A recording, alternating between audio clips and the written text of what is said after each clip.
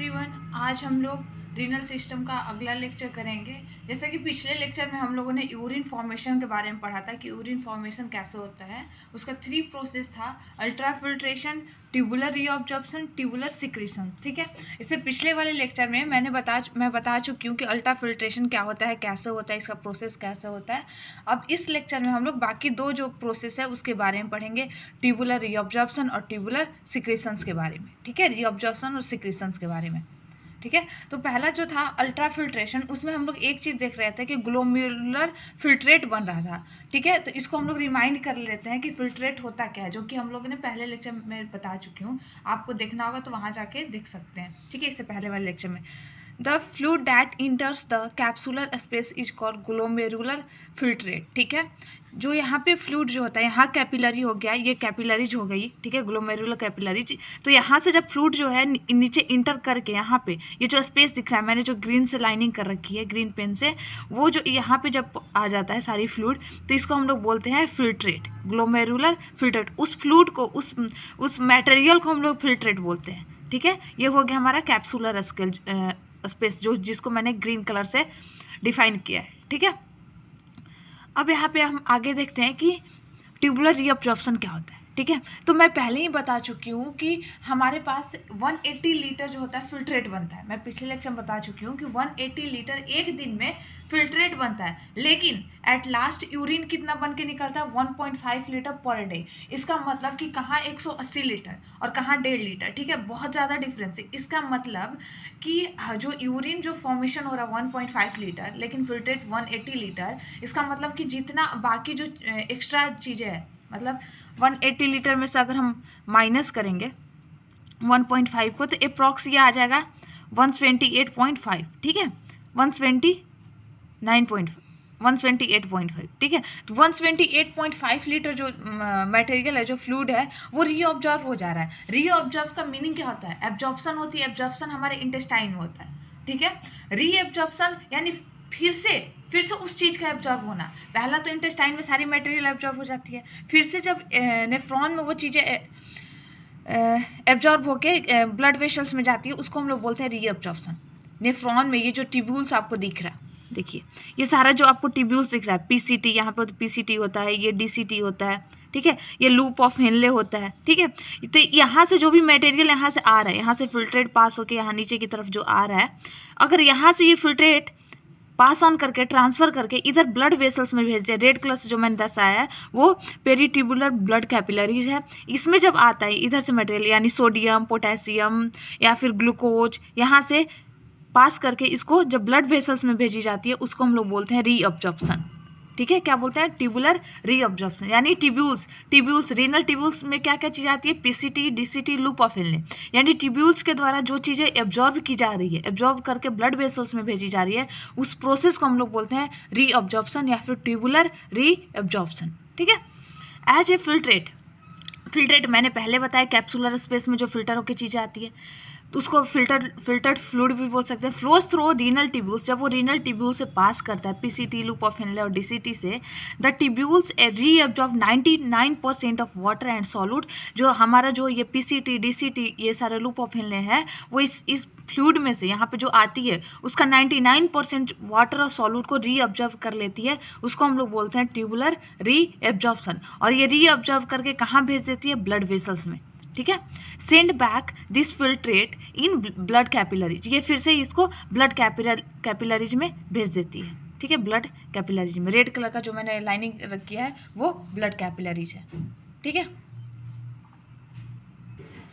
अब देखिए यहाँ पे जब मैंने पहले जो पार्ट में बताया था कि 99% फिल्ट्रेट रीअब्जॉर्ब। ठीक है, अब 99% को समझिए, कैसे मैं 99% बोल रही हूँ।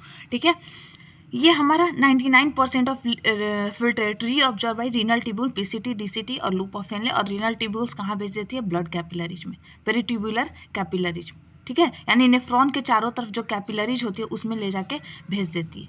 ठीक है, अब 99% का देखिए, 180 litre per day filtrate form होता है कैप्सुलर स्पेस में। ब्लड से इतना लीटर फ्लूइड आता है, ब्लड से 180 लीटर नेफ्रॉन में फ्लूइड आता है। एक दिन में, ठीक है। लेकिन एट लास्ट वो यूरिन कितना बना पाता है 1.5 लीटर पर डे। एक दिन में 1.5 लीटर ही यूरिन पास होता है। इसका मतलब कि बाकी जो 78.5 लीटर है, इसके बीच का 78.5 लीटर, ठीक है, 78.5 लीटर जो फ्लूइड है वो रीअब्जॉर्ब होकर फिर से बॉडी में चला जा रहा है, ठीक है। वो फिर से ब्लड वेसल्स में आ जा रहा है, रीअब्जॉर्ब होकर फिर से वो बॉडी में चला जा रहा है। तो इसको हम लोग बोलते हैं 99% फिल्ट्रेट जो हो रही है रीअब्जॉर्ब हो जा रही है, फिर से बॉडी को ही चली जा रही है, ठीक है। ट्यूबुलर रीअब्जॉर्प्शन क्या होता है? Selective reabsorption. सेलेक्टिव रीअब्जॉर्प्शन करने का मतलब कि जो चीज़ें हमारी बॉडी को चाहिए उसी चीज़ को रीअब्जॉर्ब करेगा, जो चीज़ें एक्स्ट्रा है उसको बाहर निकाल देगा हमारा किडनी, ठीक है। हमको पता है कि अगर हमारे बॉडी में सोडियम लेवल अगर ज़्यादा हो रखा है तो बॉडी ज़्यादा से ज़्यादा सोडियम को बाहर निकालेगी यूरिन के थ्रू, ठीक है। अगर हमारे बॉडी में सोडियम की कमी है, लो अमाउंट है, तो वो ज़्यादा से ज़्यादा सोडियम को रीअब्जॉर्ब करके कहाँ भेज देगी? ब्लड में भेज देगी, ब्लड वेसल्स में, ठीक है। तो यहाँ पे हो जाएगी रीअब्जॉर्प्शन, और यहाँ पे क्या हो जाती है? सिक्रीशंस। आगे मैं बताऊंगी सिक्रीशंस होता क्या है, ठीक है। तो सेलेक्टिव रीअब्जॉर्प्शन होता है। सेलेक्टिव रीअब्जॉर्प्शन सिलेक्शन, यानी वो सेलेक्ट करती है हमारा जो ट्यूब्यूल्स है, PCT, DCT, loop of Henle, ये सेलेक्ट करती है कि हमें कौन सी मटेरियल को, कौन सी सॉल्यूट को, कौन सी फ्लूइड को, कौन सी इलेक्ट्रोलाइट को हमें रीअब्जॉर्ब करके फिर से बॉडी को भेज देना है, फिर से ब्लड को भेज देना है, ठीक है। वो अपने हिसाब से नहीं काम करते। जो चीज़ें हमें हमारी बॉडी को चाहिए, हमारी बॉडी को सोडियम चाहिए, हमारी बॉडी को कैल्शियम चाहिए, हमारी बॉडी में अगर वाटर की कमी हो रखी है, पानी की कमी हो रखी है, तो बहुत ही कंसनट्रेटेड यूरिन पास करता है, ठीक है। ज़्यादा मतलब यूरिन पास करता ही नहीं, क्योंकि हमारी बॉडी को नीड है ज़्यादा से ज़्यादा पानी, तो ज़्यादा से ज़्यादा पानी को रीअब्जॉर्ब करके बॉडी के अंदर भेजता है, ठीक है। तो वो डिपेंड करता है कि हमारी बॉडी को क्या चाहिए, उस हिसाब से सेलेक्ट करता है कि हमें चीज़ें, कौन सी चीज़ें एब्जॉर्ब करनी है, कौन सी चीज़ें एब्जॉर्ब नहीं करनी है। यहाँ पे लिखा है absorb only those substance which is necessary for body. जो हमारी बॉडी के लिए ज़रूरत हो उसी चीज़ को ये क्या करता है? री एब्जॉर्ब करता है हमारा बॉडी, ठीक है। हमारा जो PCT, DCT, loop of Henle, nephron जो है वो वही चीज़ों को रीअब्जॉर्ब करता है, ठीक है। अब तीसरा क्या प्रोसेस था यूरिन फॉर्मेशन में? ट्यूबुलर सिक्रेशंस, ठीक है।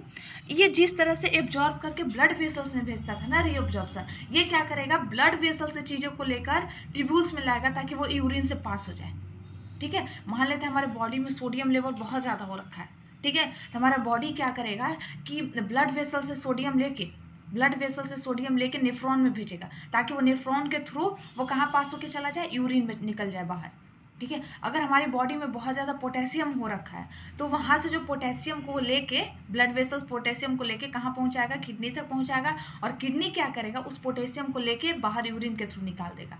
तो ये कहलाती है सिक्रीशन। सिक्रीशंस क्या होता है कि ब्लड वेसल से चीज़ों को लेके आया जाता है, ब्लड वेसल से चीज़ों को लेकर रीनल ट्यूब्यूल यानी पीसीटी, लूप ऑफ हेनले और डीसीटी यहाँ लाई जाती है, ठीक है।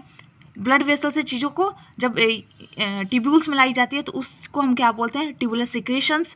और जब ट्यूब्यूल से कोई भी सबस्टांस जो है, सोडियम हो गया, पोटेशियम हो गया, कार्बोनेट हो गया, कार्बोनेट आयन, जब उसको ब्लड वेसल्स में भेजी जाती है तो उसको हम लोग बोलते हैं ट्यूबुलर रीअब्जॉर्प्शन, ठीक है। दोनों में डिफरेंस समझिए। जब ट्यूब्यूल से किसी भी सबस्टांस को ब्लड वेसल्स में भेजी जाती है तो ट्यूबुलर रीअब्जॉर्प्शन। जब ब्लड वेसल से किसी भी सबस्टांस, किसी भी आयंस को जब रीनल ट्यूब्यूल्स में भेजी जाती है तो उसको बोलते हैं ट्यूबुलर सिक्रेशंस। आपको ये डायग्राम से क्लियर हो सकता है दोनों का डिफरेंस, समझ रहे हैं। और यहाँ इसका डेफिनेशन देख लीजिए। Tubular secretion is the process by which the substance are transported from blood to renal tubules. इसमें क्या होता है? ब्लड से रीनल ट्यूब्यूल्स में सबस्टांस को ट्रांसफ़र किया जाता है, ट्रांसपोर्टेड किया जाता है। यानी यहाँ ब्लड में सोडियम अगर बहुत ज़्यादा है तो ये ब्लड में लेके यहाँ ट्यूब्यूल्स में भेज दिया जाएगा, और ये सोडियम को ये बाहर यूरिन के थ्रू निकाल देगा, क्योंकि हमारी बॉडी को नहीं चाहिए ज़्यादा सोडियम। अगर हमारी बॉडी में सोडियम की कमी हो रखी है तो ये क्या करेगा कि यहाँ से सोडियम जो आया था उसको ब्लड में भेज देगा, ताकि वो मेंटेन रहे हमारी बॉडी का सोडियम लेवल, हाइपोनेट्रीमिया न हो, ठीक है। ये चीज़ें समझ आई, दोनों में डिफरेंस, ठीक है।